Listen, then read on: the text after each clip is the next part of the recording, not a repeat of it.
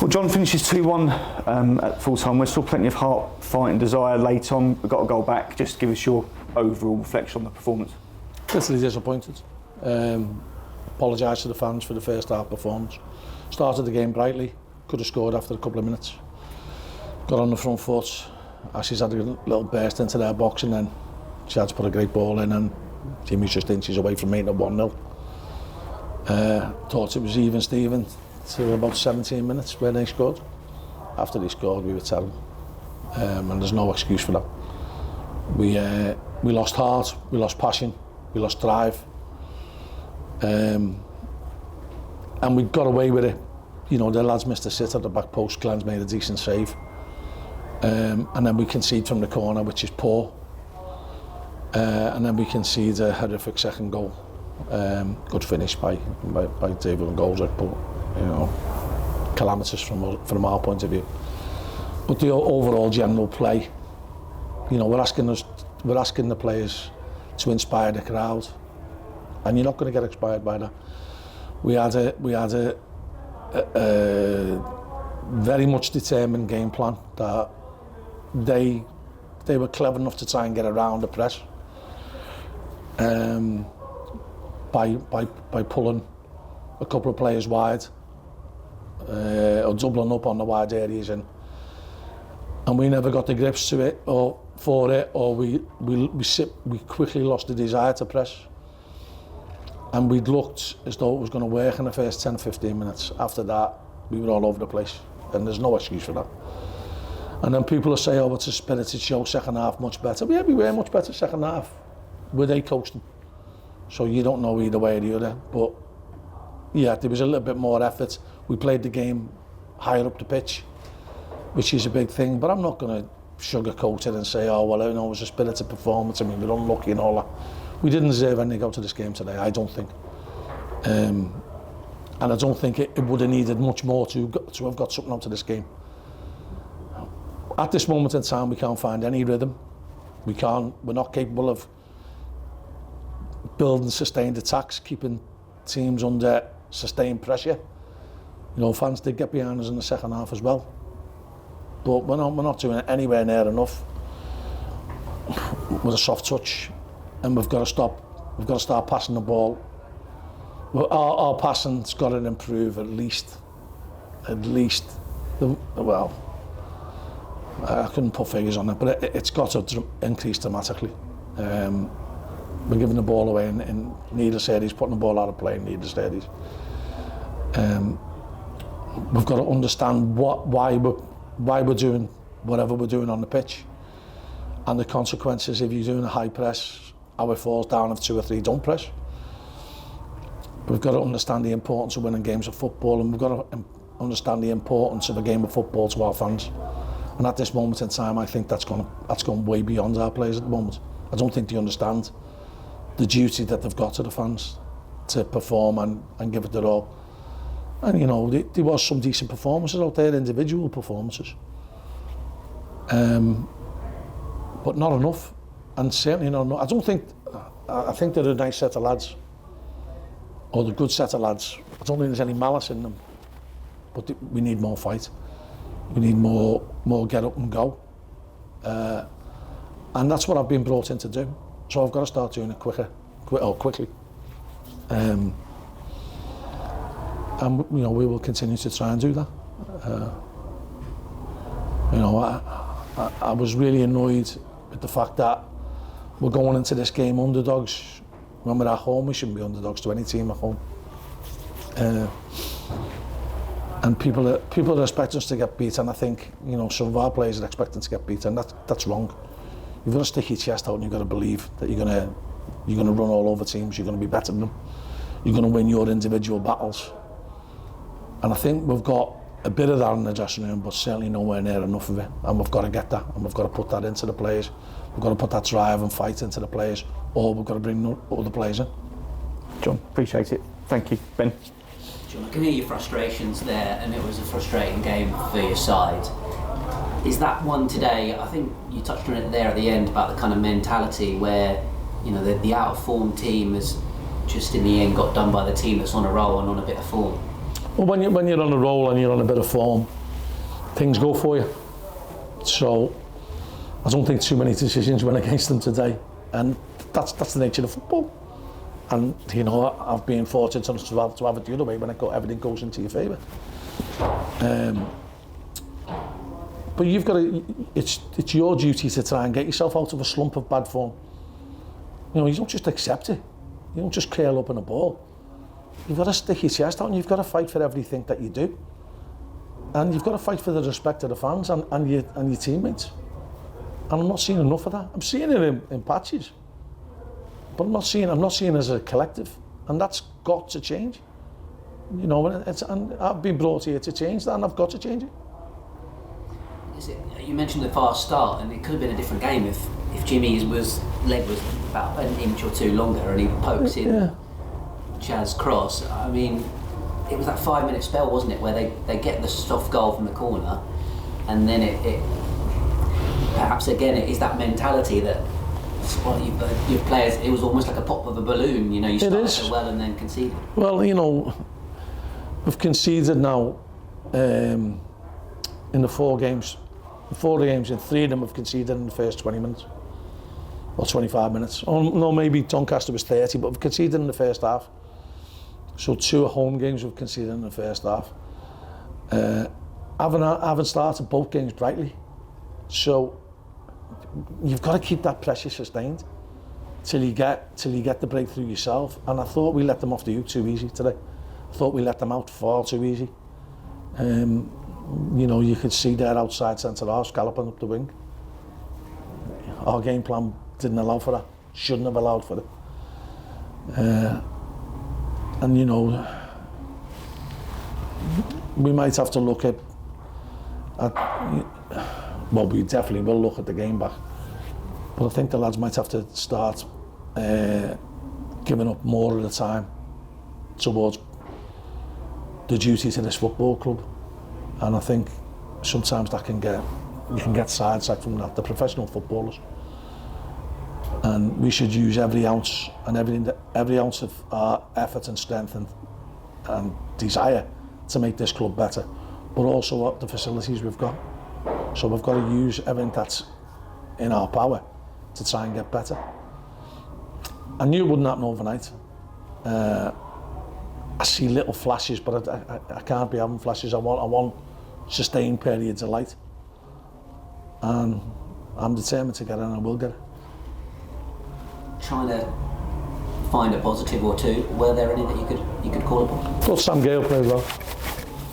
I thought the defence, apart from that 15 minutes, I think the defence got exposed a little bit by the midfield and the wide areas as well. But I thought they did defend quite well.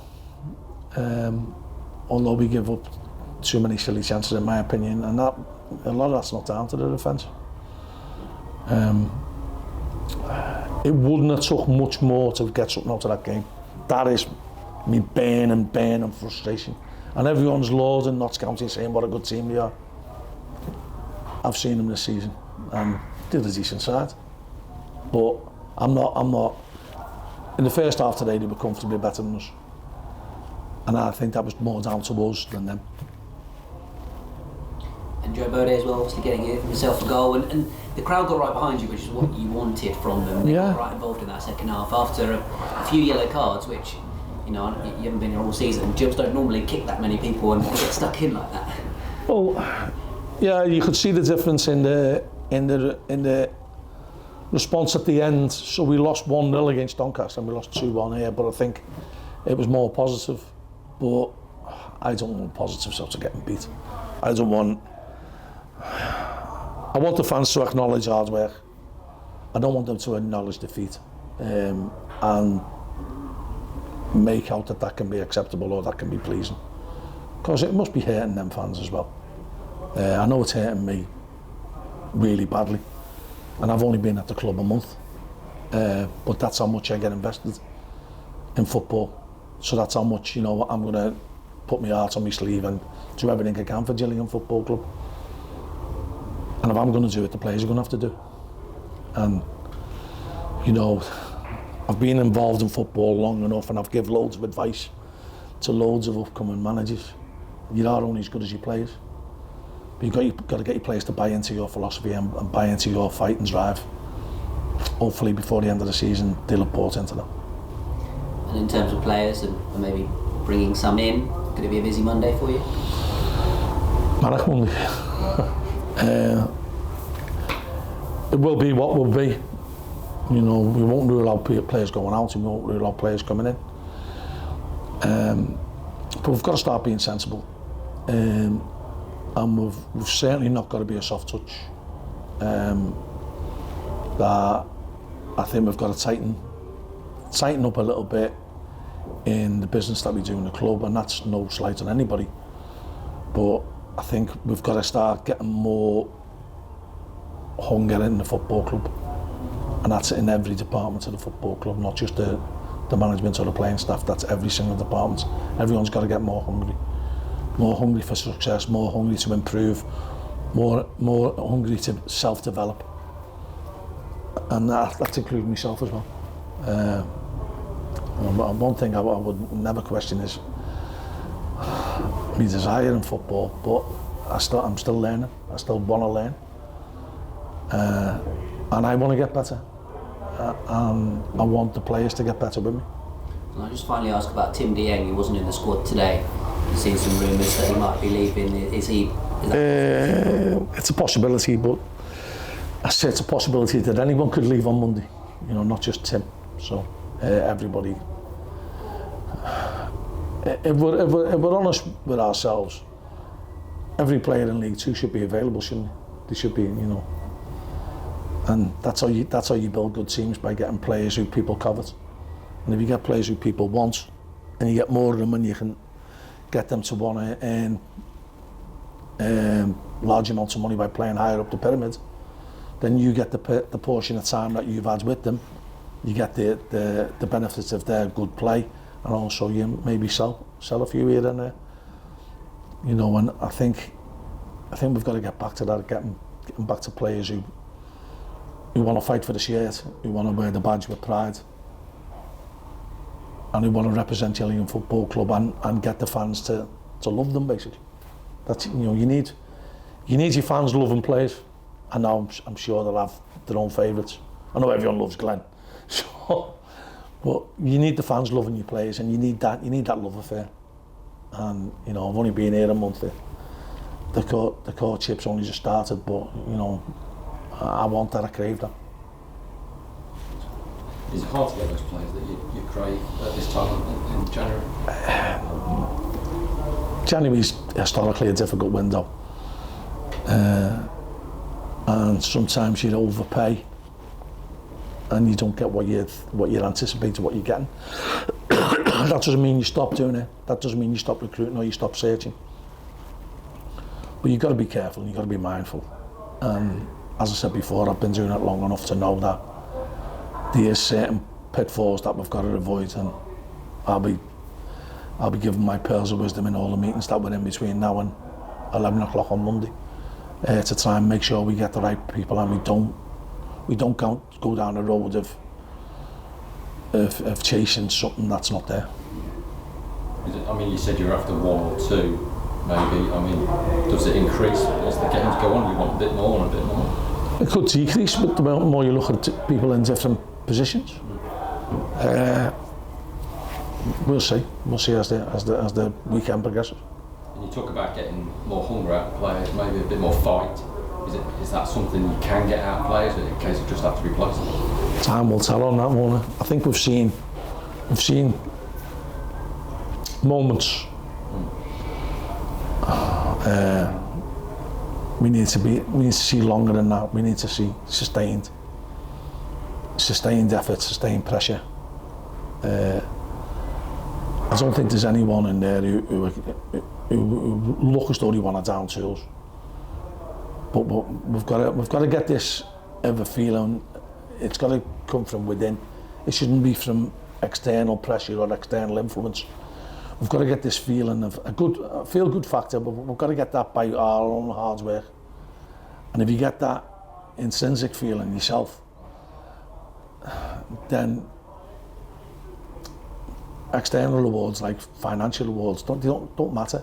When you've got the drive that's it, from your own heart and your own soul, you know, financial rewards are great, but they don't influence what you do. It's more about a desire to be a better person, a better player, and we'll keep working at that. Joe Rodé got his first Football League goal. Delighted for him. I mean, he didn't get a win, so he's going to be gutted about that, but he did get a goal. And I'm delighted for him. You know, I say that from our point of view, from a club's point of view, it means nothing, but it'll mean the world to Joe. And he was unlucky not to start the game today. We always knew he'd come on. It was just when he come on. But he's going in the right direction, Joe, and I think, you know, I think sometimes you've got to put your faith in the young local people, because they have got the desire to do well for the club, or they should have it more than anybody else. I keep using the word desire, and sometimes when you want to play for a local club, and you're young and you're enthusiastic, it's great to see. It's great as a manager. It's great to see, and I don't think anybody could fault Joe's efforts on Tuesday or today when he came. it's been gutted not to start, obviously. That must have been a big decision for you as well to start. Big decision on a few. There was a few decisions I had to make. And that's why you're a manager, and you go what you think's best. I was really excited with the team that started. The idea of the team that started. I was really pleased the way we did start. And I thought that was going to be the continuation of it, you know, getting the ball wide to Asher, getting them running at their defence, getting balls fist across the box. It didn't quite materialise in the first half, or, you know. And so, you know, it's back to the drawing board, but we've got to. You can't get disheartened in football, you know. You've got a duty. You've got a duty of care to one, to your players, but two, to the fans, to give it every single thing you've got, and that's what we were doing. And you mentioned maybe a bit more time to the job. And would you get players in for more training or more analysis? Oh, without a doubt, yeah. You know, we're professional footballers.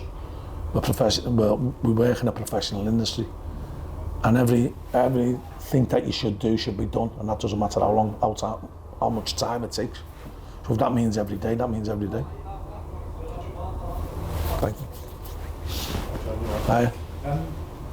Obviously, you know, Gillian been struggling for goals recently, and you mentioned a lot about heart and desire, but what have you guys been kind of working on to try and, you've got a Gills best score today, but like, what's been the plan, trying to get more goals from this side? Yeah, we're trying to work on a pattern of play where we get ourselves higher up the pitch. So we get more bodies in the box for one, we get more crosses into the box for two, and we get players in positions that when an attack breaks down, it restarts again, because we're picking up the second ball. We didn't pick up anywhere near like the second balls we should have picked up today, and I think that was possibly one of the reasons why we got beat. We lost too much possession in our half in the first half, and didn't respond to any clearances. They picked up every second ball for about a 25-minute spell, and that was where the game was won and lost today, in that 25-minute spell. And so, you know, we have to try and build on it, but learn from it as well, and see the areas that we can maybe get second balls, and then what we do with the second ball, and the patterns of play, and the passing movements that you're expecting. We've got to get them really nailed down, and that just takes hard work. In the time that you've been here, do you think that you've seen that the players up front in particular have that quality to kind of, you know, take a chance? I mean, you saw David McGoldrick's second goal today, brilliant, and you mentioned obviously picking the ball up and creating those patterns of play, but is that quality missing in your opinion, like when the chances are there? A little bit of both. I mean, if you could say, if David McGoldrick was been playing for the team who hadn't won the last 7 games, would he be doing the finish that he did? Probably not. So when you're winning and things are going well, you can say things and they come off. It seemed to go in slow motion, didn't I? I thought it was going over the bar by a mile and it just dropped like a stone. But that's football for you. And there's a big thing about momentum and confidence in football. I saw Notts County be abject against Salford 6 weeks ago. So we know that it can change, and it can change quickly, and now they are on an accessible wave. You wouldn't have thought that 6 weeks ago when they played Salford.